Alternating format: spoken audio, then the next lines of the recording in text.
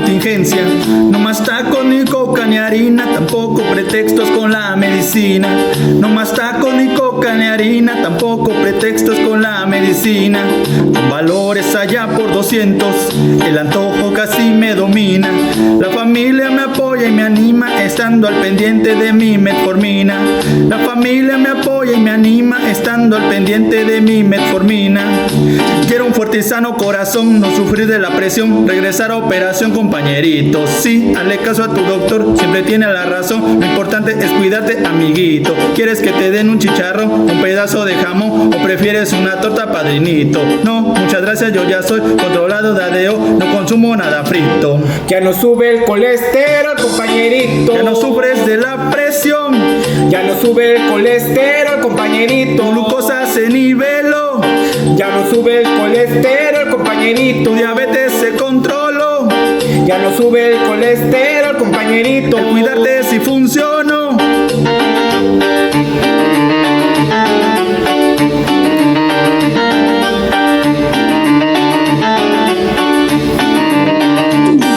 Buenas tardes a todos. Bienvenidos al capítulo número 5, Conservación de la vida y la familia, de nuestra serie Camino al Bienestar. Agradecemos la participación del ingeniero Jorge Casiano Matías, gerente de mantenimiento, que hoy nos acompaña como el facilitador. Bienvenido, ingeniero.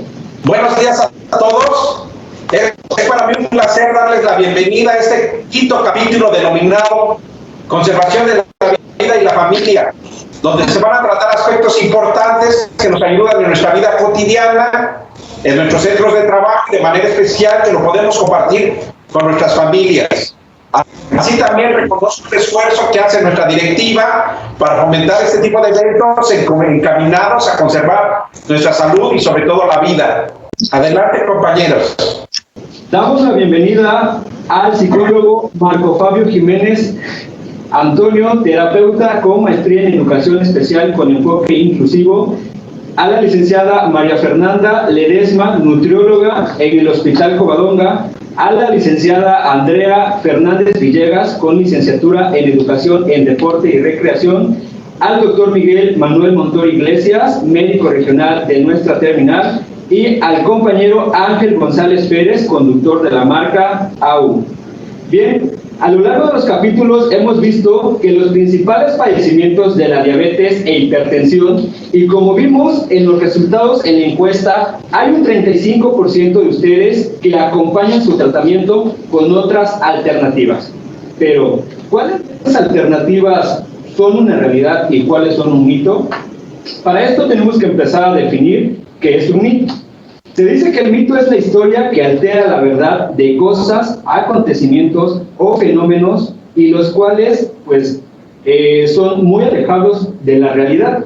Para empezar, pongo sobre la mesa el siguiente ejemplo. ¿La gente con diabetes debe comer alimentos especiales para diabéticos? Nutrióloga María Fernanda. Bueno, hola, buenas tardes. Como tal, no. Un paciente con diabetes es el que tiene la dieta ideal. La dieta de un paciente con diabetes debe ser rica en frutas. Hay unas que son de alto, de bajo, de moderado aporte de azúcar, entonces pues hay que darles esa orientación para que ellos sepan cuánto, cuándo, dependiendo del requerimiento de cada uno. Muy alta en verduras, ¿por qué? Porque las verduras son bajitas en hidratos de carbono. Los cereales son importantísimos, entonces los debemos consumir, pero hay unos que son integrales, esos son los que debemos consumir en su mayoría. Las proteínas son alimentos que no contienen hidratos de carbono, entonces hay proteínas que son de mejor calidad o que son magras, esas son las que debemos aconsejarles a ellos que consuman más. Y las leguminosas son alimentos que sí nos aportan grandes cantidades de hidratos de carbono, pero también tienen mucha fibra, tienen muchas verduras, entonces, tienen muchas vitaminas, muchos minerales, entonces al hacer el conjunto de esto, hace una dieta de muy buena calidad para ellos y para todos en general. Entonces, como ellos comen, es como nosotros debemos de comer también.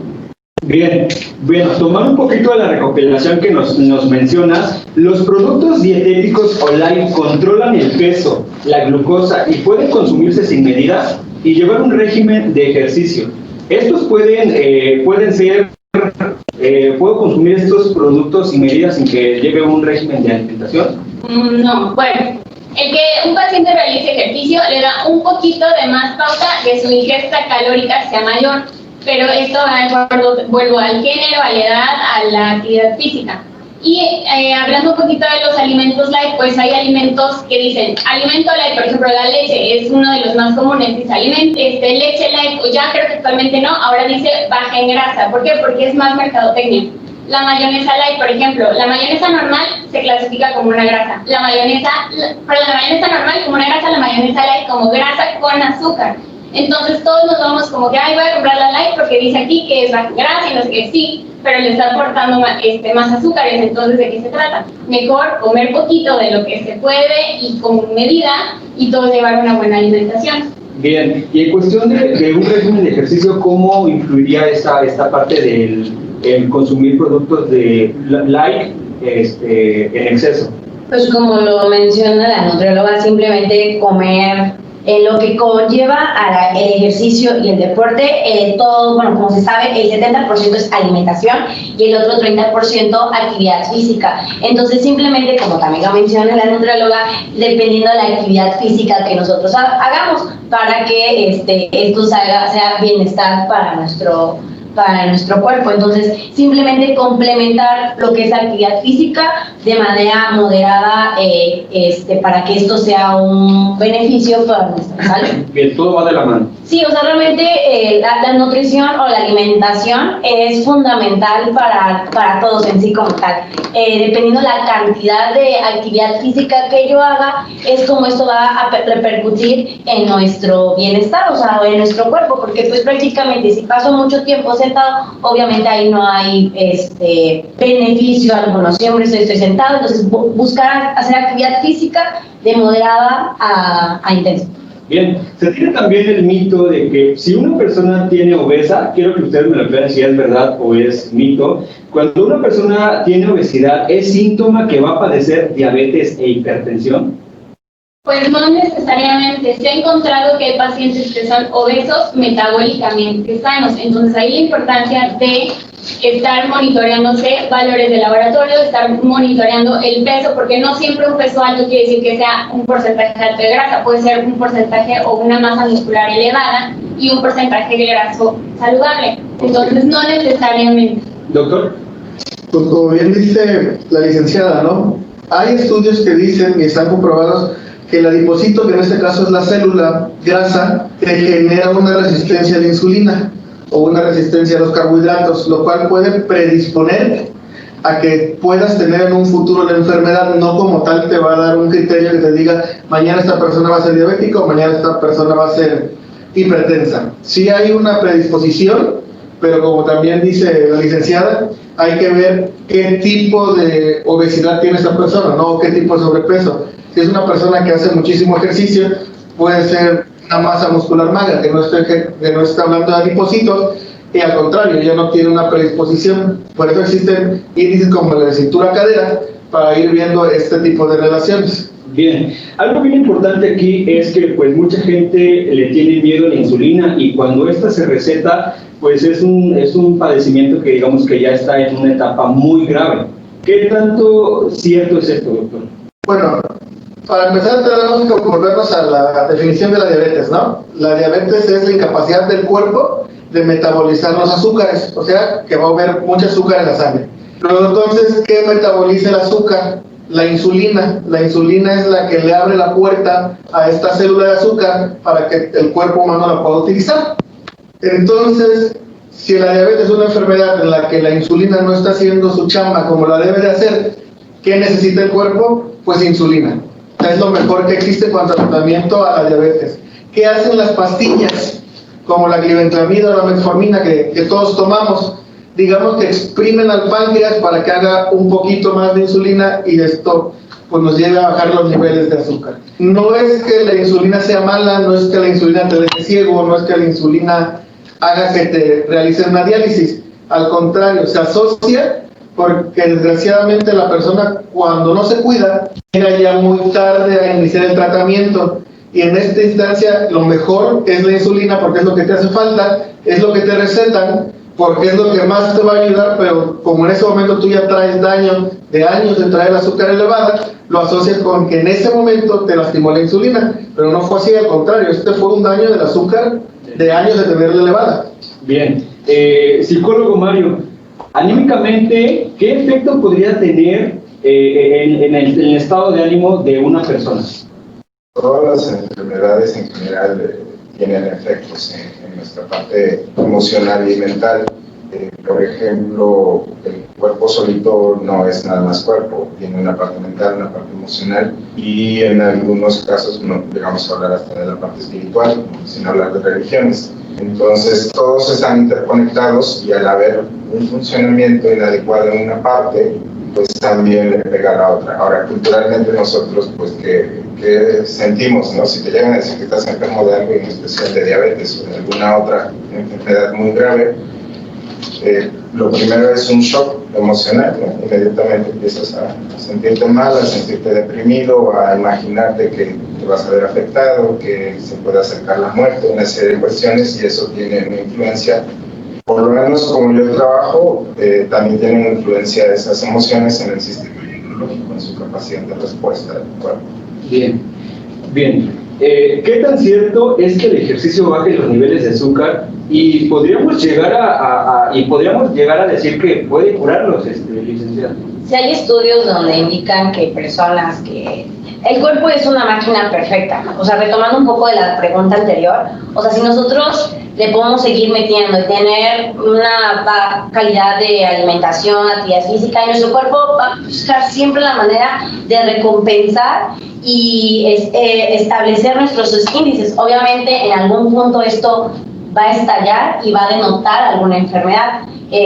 Siempre se asocia que es una persona gordita, tiende a padecer alguna enfermedad como la diabetes. Pero si lo modelo, porque es activamente físicamente activo, esto pues va a ayudar un poco a mitigar el que se desarrolle una diabetes. Como dice, siempre asociamos que el índice de masa corporal va a determinar nuestra, si es sobrepeso, pero qué tanto es músculo, qué tanto es grasa, qué tanto es masa ósea, todo eso tenemos que saberlo, y pues obviamente una báscula convencional no nos las va a dar esos resultados. Entonces sí es importante saber en qué índices estamos de nuestro cuerpo. Ayuda muchísimo tanto en la parte emocional el deporte, porque obviamente hay neurotransmisores que al hacer ejercicios nos liberan alegría, bienestar, relajación, y pues también ayuda a reducir ligeramente lo que es el deporte en el músculo. Ok, fíjense que tomando un poquito todo lo que acabamos de escuchar, muchas personas atribuyen que el tener una impresión muy fuerte, un susto o un enojo le puede causar la diabetes, ¿no? En su experiencia, compañero Ángel, ¿usted a qué le atribuye su padecimiento que hoy tiene? Pues básicamente a los malos hábitos que yo tenía antes, y un poquito a que mi madre en paz descanse pues era diabética. Entonces así como que los genes se heredan, y yo siento que por eso fue la causa de mi diabetes. Doctor, ¿esto puede suceder? Normalmente es el momento en el que te das cuenta. O sea, recordemos que toda impresión fuerte conlleva una liberación de adrenalina, la conocemos como la reacción del miedo, y la adrenalina es la contraparte de la insulina, digamos que no la va a dejar actuar. En ese momento es cuando la persona se siente mal, se checa y se da cuenta que es diabético, se da cuenta que es hipertenso. No es que esto lo desencadene, es que en esa situación tú te das cuenta que te sientes mal, que algo anda mal, y vas y te checas, y es cuando te das cuenta. Pero esto ya lo trae la persona de tiempo atrás, simple y sencillamente es el momento en que tú te checas y te das cuenta, no es el desencadenante.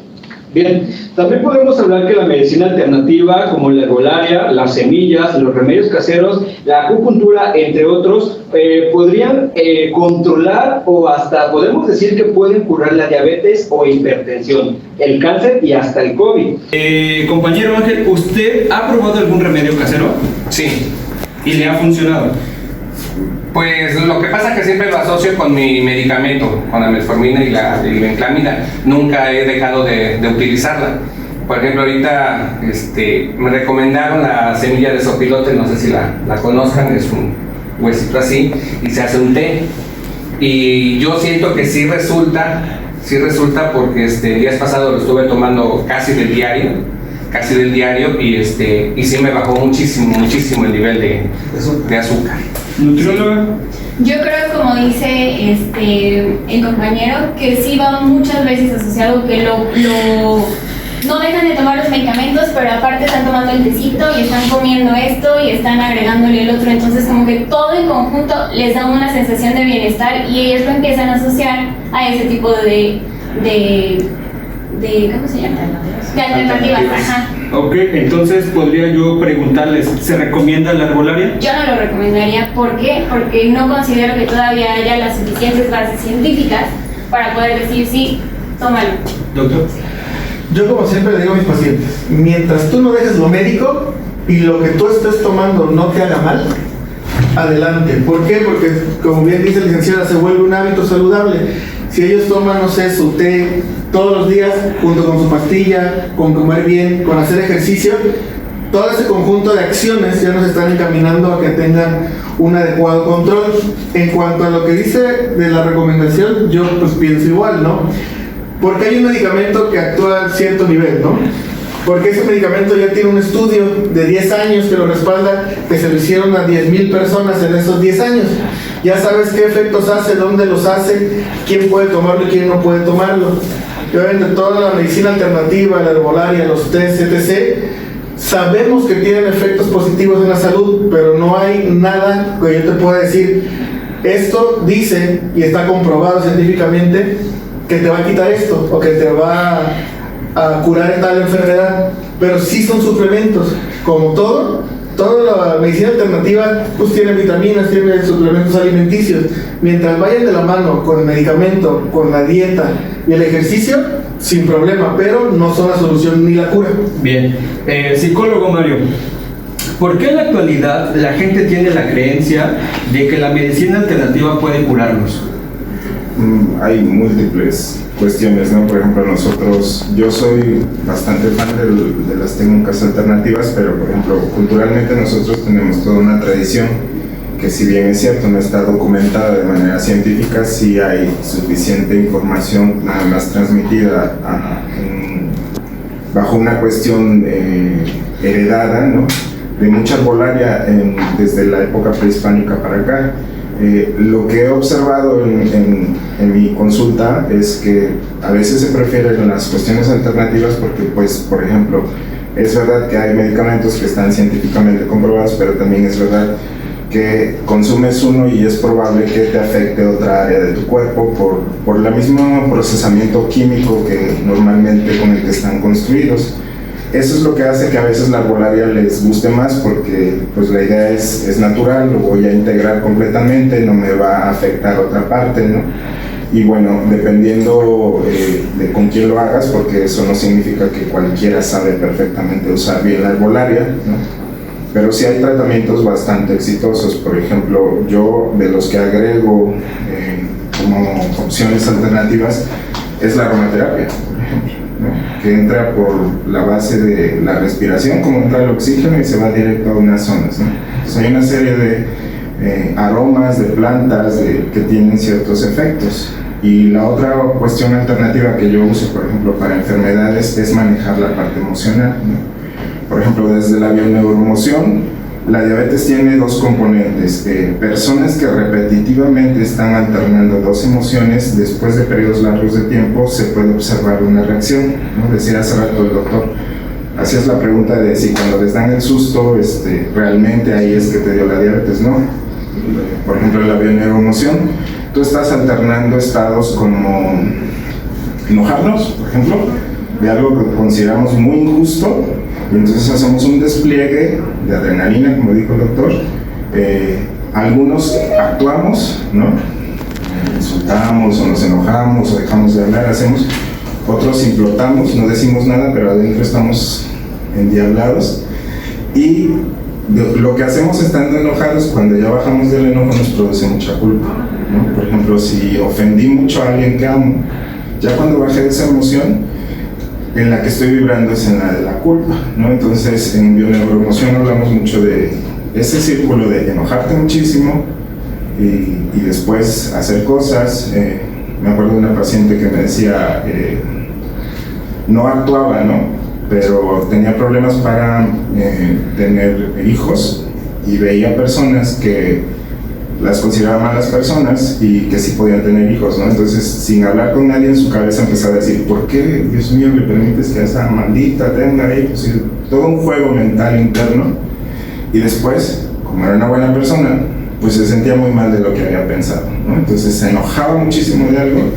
Y cuando empezamos a observar, los diabéticos suelen ser así, enojoncines, son súper ayudadores, ¿no? Entonces andan siempre apoyando a mucha gente, pero cuando ellos necesitan algo, si no les respondes, lo sienten injusto, ¿no? Y hay un juego ahí de emociones bien interesante. Entonces, por ejemplo, ¿por qué lo digo como un sistema alternativo? Cuando aprendes a manejar esas emociones, te das cuenta que no hay tanto reguero de adrenalina, de cortisol, de un montón de cuestiones, y el organismo se va regulando, ¿no? A mí me gusta mucho más ¿no? La idea de usar técnicas alternativas es para que al final la persona haga un cambio de estilo de vida, porque pues creo que es lo que estamos hablando todos, ¿no?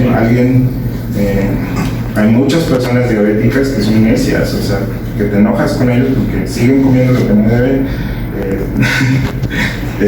Tengo una muy reciente que le contesta, ¿no? a su hija, déjame en paz, ¿no? Deja estar. Usa una palabra ahí, ¿no? Y realmente no ha aprendido, esa es la parte que me gustan las emociones, a cómo amarte, ¿no? Amarte es estar cuidándote y procurándote todo lo mejor para ti. Eso tiene que ver con lo que consumes, con lo que te alimentas, que realmente sea alimento, que mantengas el cuerpo en un estado óptimo, que te revises cuando algo pasa, ¿no?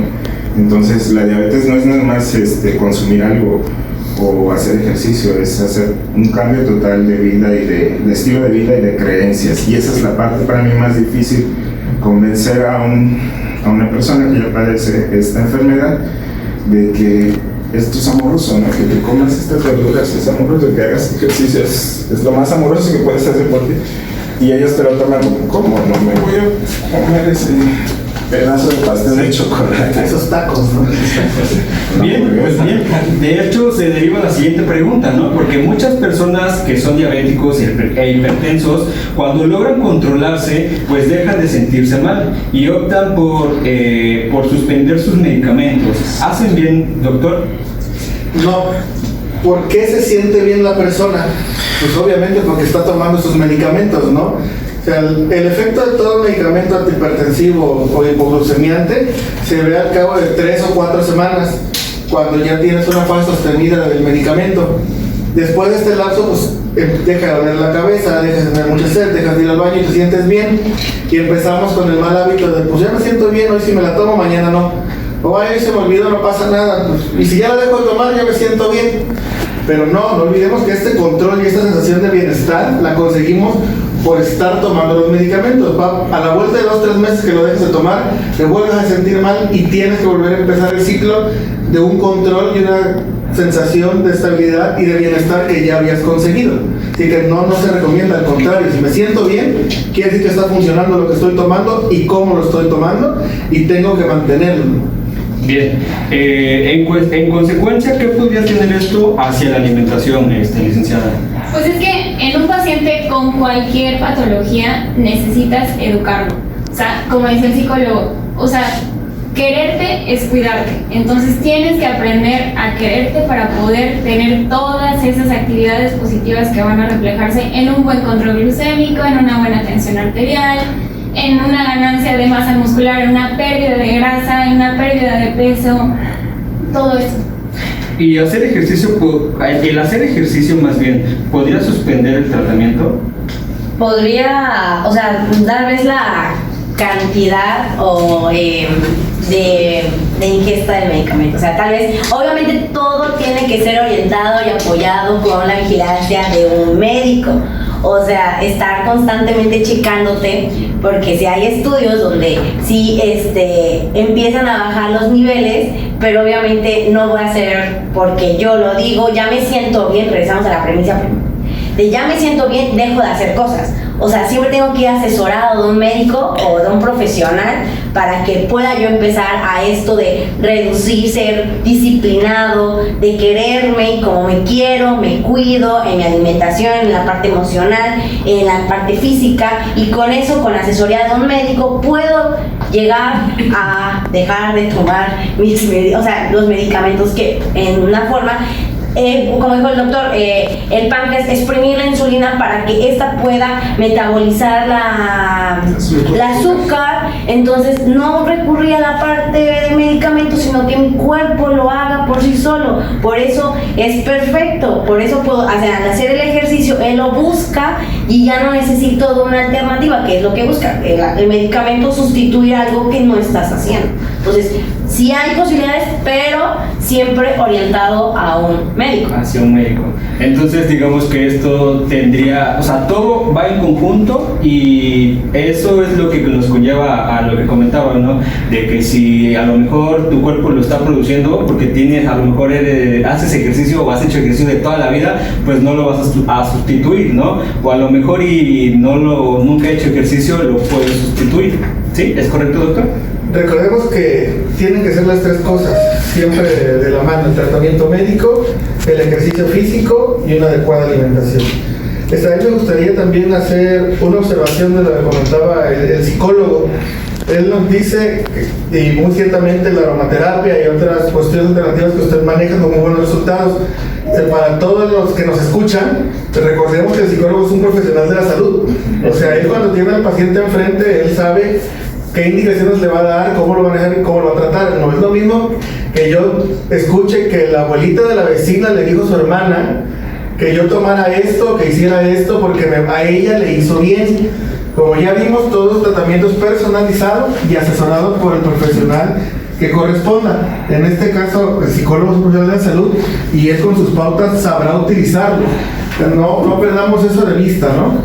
Y volviendo a lo que nos comentaba Jairo, el ejercicio ayuda muchísimo a disminuir los niveles de glucosa, los niveles de presión alta, pero aunado a lo demás, al medicamento y a una buena dieta. Ahí también me gustaría aclarar que dieta no es no comer, dieta es comer bien, comer las cantidades adecuadas de los alimentos adecuados. Yo creo que ahí le cedo la palabra a la nutrióloga para que nos pudiera dar un poquito más de detalle. Bueno, para terminar de complementar un poquito, pues sí, dietas son todos los alimentos que todos consumimos en un día. Ya cada uno tiene su dieta específica, y en general la alimentación, como les decía al inicio, es tener el equilibrio, el balance, que sea suficiente, que sea adecuada para la persona, que vaya de acuerdo a sus gustos, que vaya de acuerdo a la edad, que vaya de acuerdo al género, a la estatura, al ejercicio, todo bien y ya. Por eso sí es importante que vayan con cada especialista, que cuiden sus emociones, que cuiden la parte del ejercicio, que cuiden los medicamentos, que cuiden qué están comiendo, cuánto, o sea, todos en algún momento se nos antoja un pastel, un helado, sí, se vale, pero hay que saber cuándo y cuánto. O sea, es lo más normal, sí. Ok, bueno, ahora bien, hablando acerca pues un poquito de la alimentación, se dice o se tiene la creencia que si mi familiar padece diabetes o hipertensión, yo también soy propenso a tenerla. Pues es que la carga genética es fuertísima, pero ya depende de mí si yo la voy a desarrollar o no en un futuro. Por eso sí estar monitoreándose niveles de presión, de glucosa, etc. y cuidar qué estoy comiendo. Si estoy viendo que mi mamá tiene 30 años de diabética y toda su vida ha tomado refresco, ha comido pan, esto, el otro, de azúcares, pues obviamente, y yo sigo ese ejemplo, pues me va a llevar a ese resultado. Bien, en cuestión de la ideología de cada persona, ¿esto cómo influye, psicólogo? ¿En qué sentido? En el sentido de, bueno, digamos que mi familiar, mi abuelita, mi mamá y probablemente yo voy a tenerlo. Bueno, por las cuestiones, por ejemplo, que yo trabajo, tiendo a ya no darle todo el peso a la cuestión genética, ¿no? Como trabajo más con la cuestión emocional y conductual, lo que nosotros trabajamos en el área, por ejemplo, de bioneuroemoción o biodescodificación es heredas el patrón, ¿no? Como es muy determinante las conductas y las emociones en los resultados, sobre todo de salud. Por ejemplo, a veces es una parte genética, puede ser, pero también es la cuestión de que te creaste en un clima en un contexto donde se vive de cierta manera las emociones y eso lo copias, ¿no? Muchos tenemos muchas experiencias de no quisieras hacer cosas como las hacen tus papás y cuando te das cuenta estás haciendo exactamente igual, ¿no? Porque no copiamos lo que nos dicen, copiamos el modelo que vimos, ¿no? Entonces, hasta que tú veas un modelo diferente de reacción, un modelo diferente comportamental, tienes la oportunidad de hacerlo diferente. Pero mientras yo venga de un ambiente, por ejemplo, lo que explicaba hace rato, vengo de un ambiente donde la gente se enoja, hace cosas, luego se siente culpable y todos lo vamos copiando ese modelo, pues es muy probable que sigan los mismos resultados. Diferente es que yo viviera en un modelo así y yo aprendo a tomarme las cosas más ligeras o expresarlas de otra manera o ser más relajado. Decían hace rato, ¿no? Decías que si tienes todo el tiempo haciendo ejercicio, ¿no? Y vienes de una familia que no hace ejercicio, pues seguramente tú modificas el patrón, ¿no? Es correcto. Pero, por ejemplo, eso también tiene que ver con la alimentación. Me llamó mucho la atención y coincido mucho con lo que dice la nutrióloga. Nosotros tendemos a pensar que es un castigo, ¿no? La manera de comer de un diabético. Y en realidad ella lo está diciendo, esa es la manera como deberíamos comer, cuidarnos, ¿no? La manera que tenemos de comer es desordenada. Vienes de una familia que se comen 3 panes en una sentada, es bien difícil romper esos hábitos, ¿no? Entonces tiene que ver con muchas cuestiones.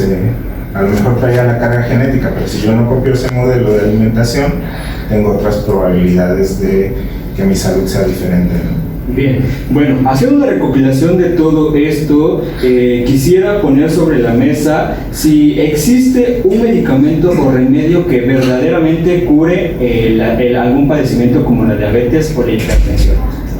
No, recordemos que la hipertensión y la diabetes son enfermedades crónico-degenerativas, o sea, no se curan, pero se controlan, y si no se controlan, empeoran con el tiempo.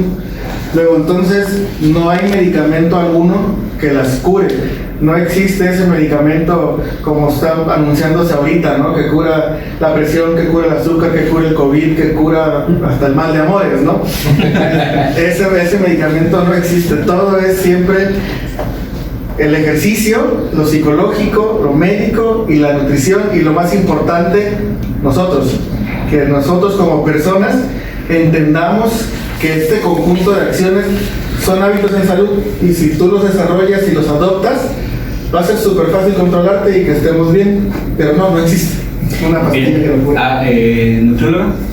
Para mí, lo más importante es la prevención, porque muchas veces recurrimos al psicólogo, a la nutrióloga, a hacer ejercicio, al médico, ya que está el padecimiento. Cuando podemos empezar a hacerlo desde chiquitos, o sea, desde niños empezar a inculcarles el que hagan ejercicio, el que literal se hablen bien, que se hablen bonito, que se vean al espejo y que se digan cosas buenas, porque desde ahí tú estás formando esos hábitos. Si no, como dice el psicólogo, crecen con esos hábitos, con lo que están viendo. Si ellos ven que todo el día se están gritando sus papás, a la hora de que les hablan les va a gritar, por decirlo así. Lo mismo con la alimentación. Si él ve que el papá todos los días toma refresco y a él no lo dejan tomar refresco, pues va a decir como, ¿por qué yo no y él sí? O sea, son cosas que no entienden desde chiquitos.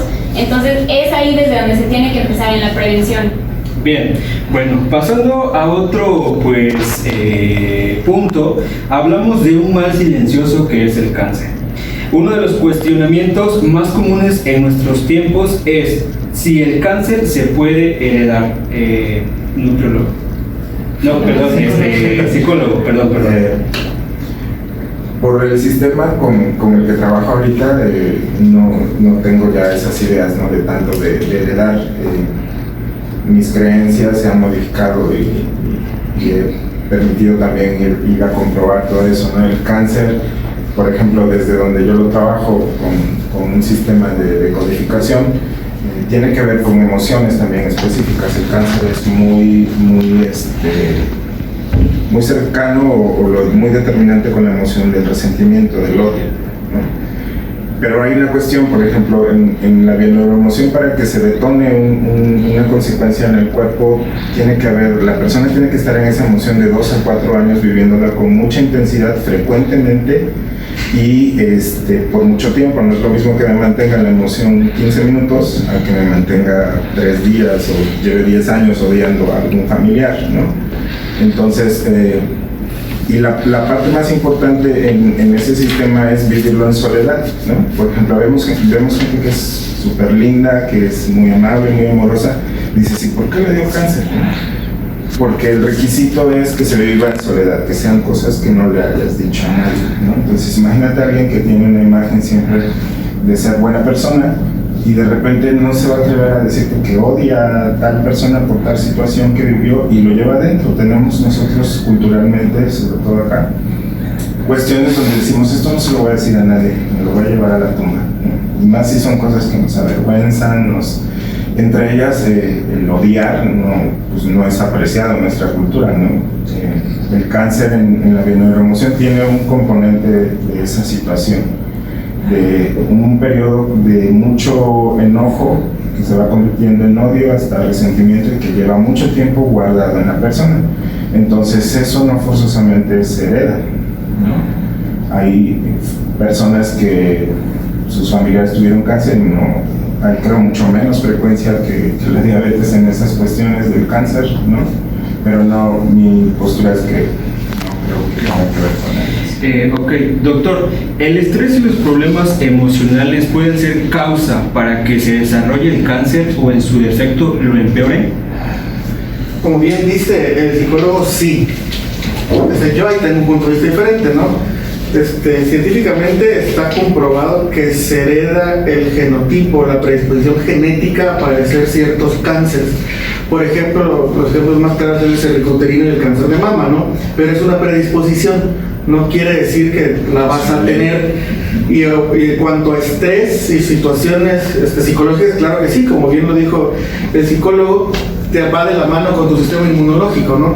Si tú tienes una situación de estrés, de enojo, de tristeza por mucho tiempo sostenida, tu sistema inmunológico va para abajo y traigo la predisposición genética para cierto tipo de cáncer y no me cuido, pues voy en el caminito a que a mí también me pase. Bien. Psicólogo Mario, ¿qué tan importante... Marco, perdón. ¿Qué tan importante es tener un buen estado anímico?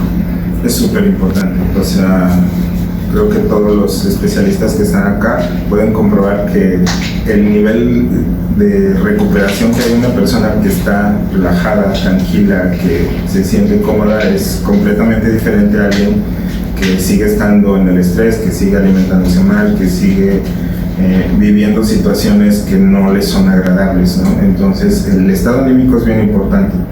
De hecho, en los tratamientos que yo uso, no muevo grandes cosas hasta que la persona primero aplaca su sistema nervioso, ¿no? Que lo podemos ver en un insomnio frecuente, en una situación de no tener calma, ¿no? Ahora son muy comunes los trastornos de ansiedad generalizados, que los vemos por todos lados, y de repente van caminando y ciertos ataques. Entonces, la recuperación, un porcentaje bastante alto es estar en calma, estar en regulación de las emociones y sobre todo el organismo.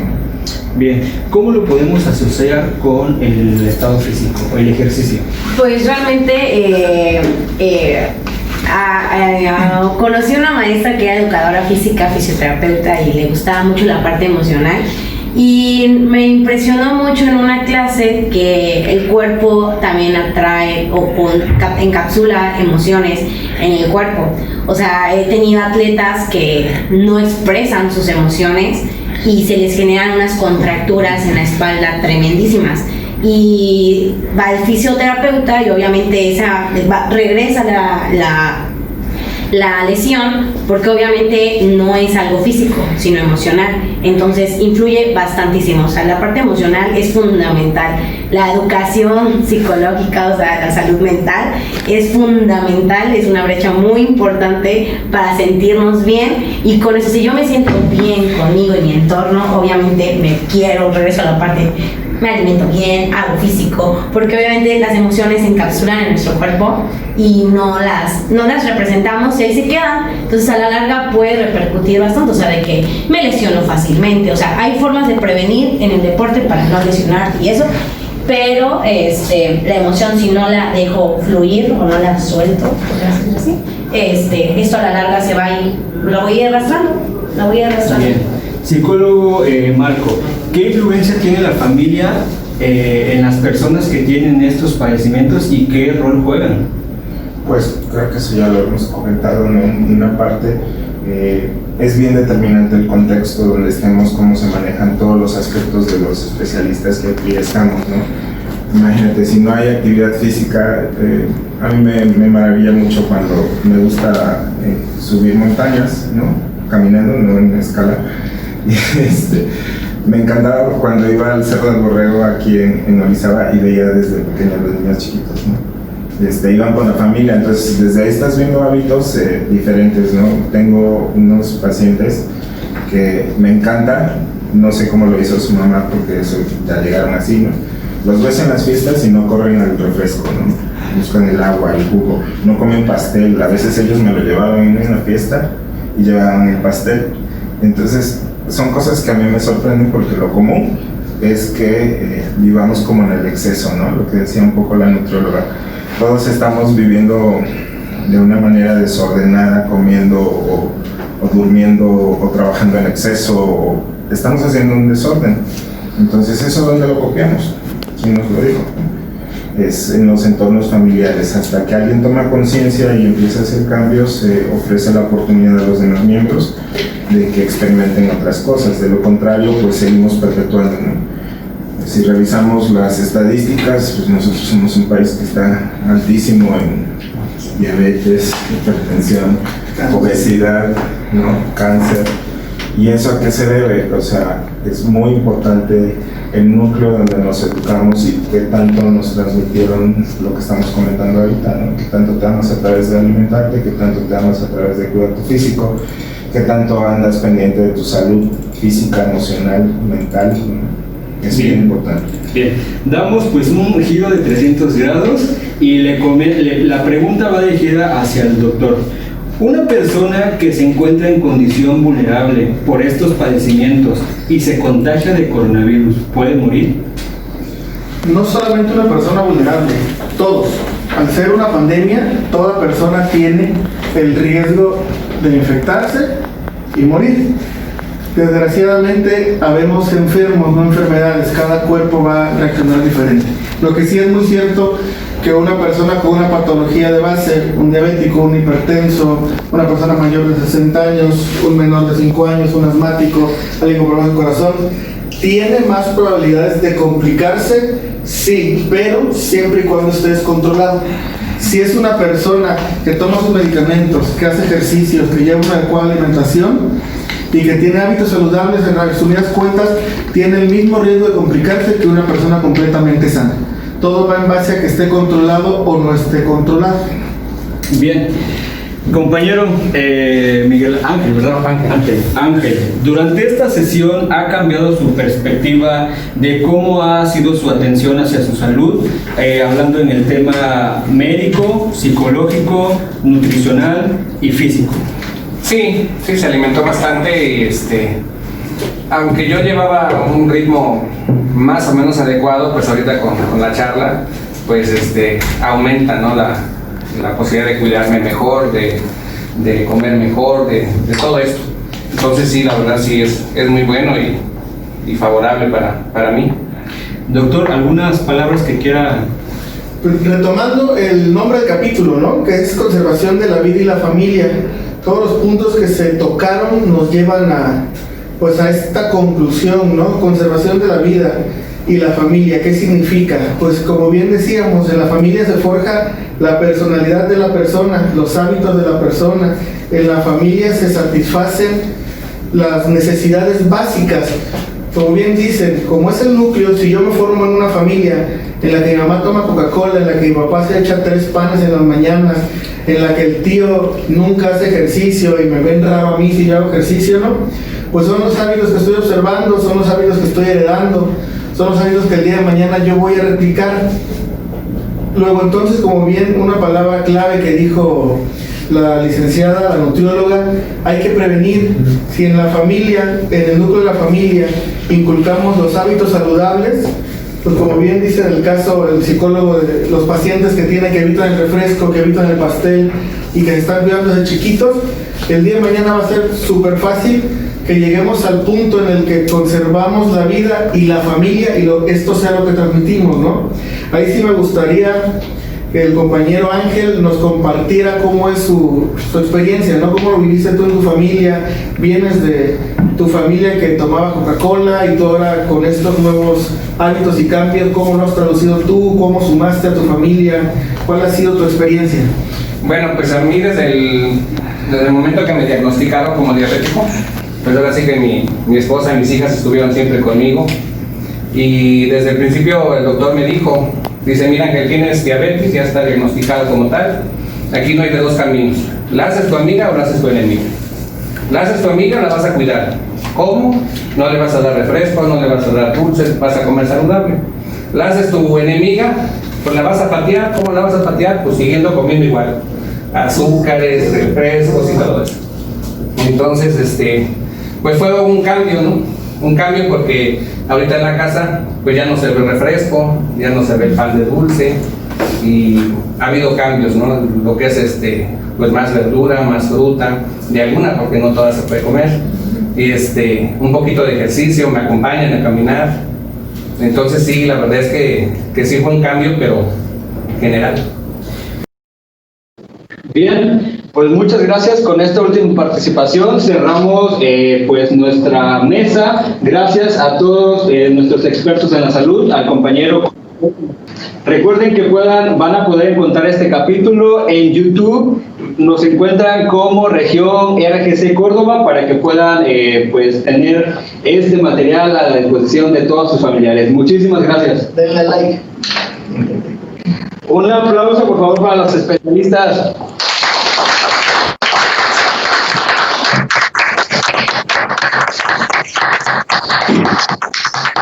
Gracias.